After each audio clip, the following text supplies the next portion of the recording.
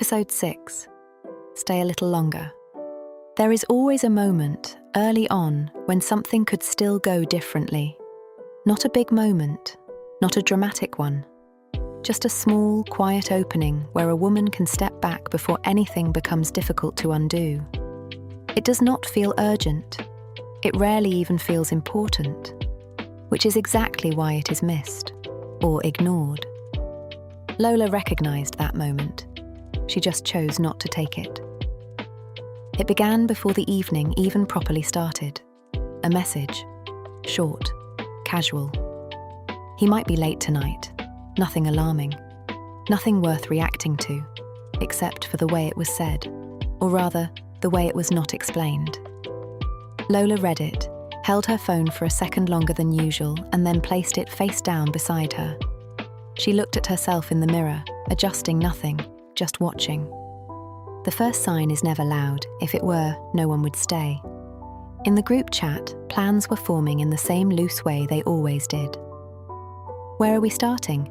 Same place as last time. What time? I'll be there. Lola said she might be late. Roxy, predictably, pointed out that she always was. When the group arrived without her, the absence was noticeable, but not concerning. Not yet. Roxy asked where she was. Celine answered simply, waiting. It was not clear whether she meant Lola or the situation itself. Somewhere else, in a quieter setting that did not belong to the group, Lola sat across from him. There was no tension in the air. That was the problem. No urgency, no explanation. Just a calm that did not require effort from him. She told him she thought he was going to meet her earlier. He said something had come up. He did not elaborate. He did not need to. You can tell how important something is by how clearly someone explains it. Or doesn't. He checked his phone mid-conversation, casually, without apology. Not in a way that was obviously disrespectful. Just enough to register. Just enough to place him slightly outside of the moment. Lola watched him, and in that pause, she knew. This was the moment. The one where she could shift the direction, ask a clearer question, withdraw slightly, rebalance herself. Instead, she asked if he still wanted to come. He said they would see. She said, "Okay." That was it. Waiting does not always look like stillness. Sometimes it looks like staying.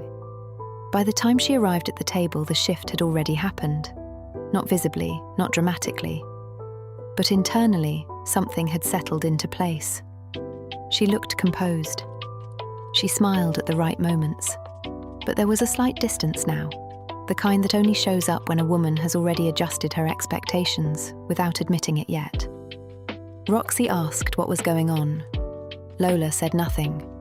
Celine translated that immediately into something. May watched her more closely than before.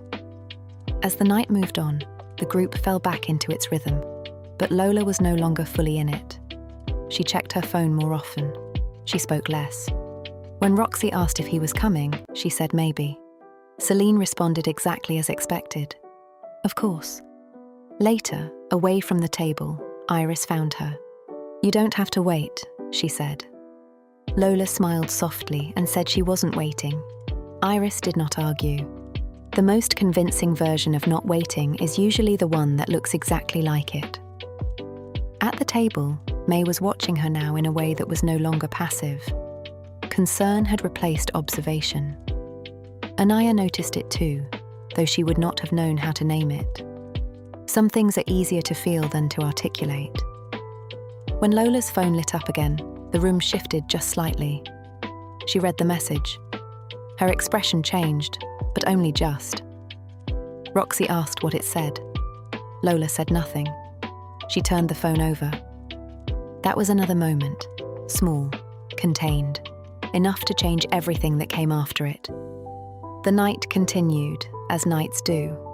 Conversation, movement, another round, another suggestion. But Lola was no longer inside it. She was sitting slightly outside her own evening, waiting for something that had already told her what it was going to be. Iris stood to leave again. Roxy asked why. Iris said she had an early morning. That was always the answer, and it was always true, just not in the way people assumed. Because leaving early does not stop anything from happening. It just means you are not there when it does. Lola stayed. Of course she did. Because by then, it was no longer about the moment. It was about the pattern. And patterns, once recognized, are much harder to walk away from than people expect. The first time you ignore something, it feels small, almost reasonable. By the second time, it starts to feel familiar. And familiarity, when it comes dressed as possibility, is one of the hardest things to leave.